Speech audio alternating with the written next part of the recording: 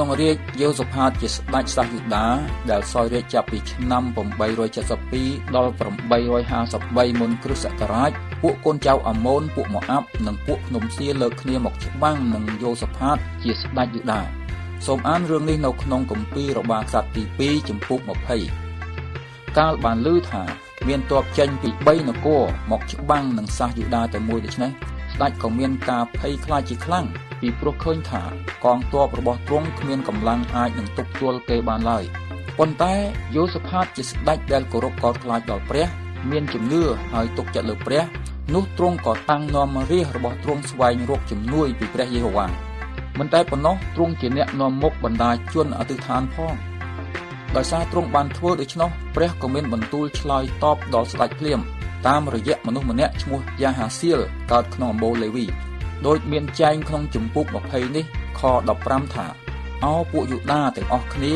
និងពួកអ្នកនៅក្រុងយេរូសាឡិមព្រមទាំងព្រះករុណាយេសូផាតអើយសូមស្ដាប់ចុះព្រះយេហូវ៉ាទ្រង់មានបន្ទូលមកអ្នករាល់គ្នាដូច្នេះថា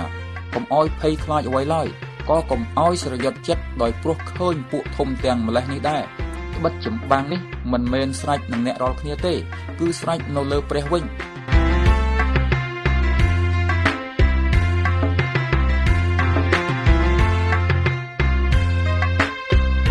កាលបានទទួលសេចក្តីបញ្ជាក់ពីព្រះដូច្នេះហើយស្ដេចក៏មានជំនឿច្បាស់ថាចម្បាំងនេះព្រះនឹងធ្វើឲ្យមានជ័យ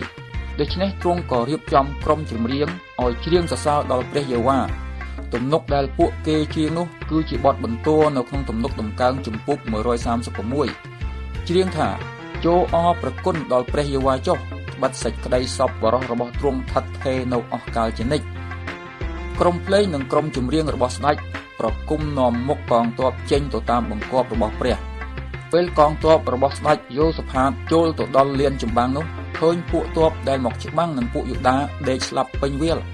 ដោយសារព្រះយេហូវ៉ាបណ្ដាលឲ្យគេច្បាំងនឹងគ្នាឯងសម្លាប់គ្នាទៅវិញទៅមកអស់គ្មានសល់ដូច្នេះកងទ័ពស្ដេចមិនបាច់ច្បាំងសោះគ្រាន់តែចំណាយពេលប្រមូលយកទ្រព្យសម្បត្តិជារបបអស់ពេល3ថ្ងៃទើបហើយ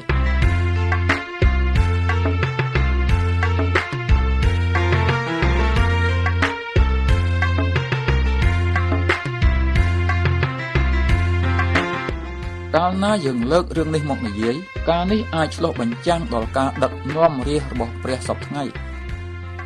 អ្នកកង្វៀលលើពួកជំនុំនីមួយៗដែលព្រះបានចាក់ប្រេងតាំងឲ្យឡើងធ្វើតើអ្នកនោះមិនមែនជាស្ដេចដែលត្រូវគ្រប់គ្រងលើពួកអ្នកជឿទេឬអីកាលណាមានបញ្ហាកើតឡើងទាក់ទងដល់ការដឹកនាំរបស់ខ្លួនដែលរាប់ទុកជាចម្បាំងតើខំតយុទ្ធដោយកម្លាំងខ្លួនឯងឬអី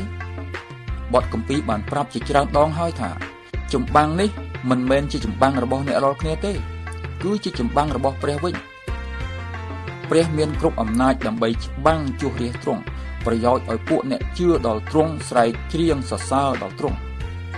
គឺឲ្យលើកតម្កើងព្រះឡើងសម្រាប់យកជោគជ័យគ្រប់បែបយ៉ាងកាលណាយើងច្រៀងសរសើរព្រះធ្វើដូច្នេះជាការនាំវត្តមាននៃព្រះមកជាអ្នកចម្បាំងហើយទ្រង់នឹងច្បាំងជួសយើងនេះជាការងាយស្រួលមែនទែនសម្រាប់ពួកគ្រីស្ទានបទគម្ពីររបាក្សត្រទី2ដដែលជំពូក5ខ13កាលក្រុមភ្លេងនិងចម្រៀងរបស់ស្ដេចសាឡូមោនប្រគំឲ្យមានសម្លេងតែមួយទាំងច្រៀងបន្ទរដូចគ្នាថាសេចក្តីសប្បុរសរបស់ទ្រង់ឋិតថេរនៅអស់កលជានិច្ចនោះវត្តមាននៃព្រះបានលេចមកជាផ្សែងអាប់ពេញក្នុងព្រះវិហារដូច្នេះដើម្បីឲ្យជីវិតជាអ្នកគ្រីស្ទានរស់នៅដោយជោគជ័យគ្មានការអ្វីត្រូវធ្វើឲ្យធំជាងការសរសើរតម្កើងដល់ព្រះនៅឡើយ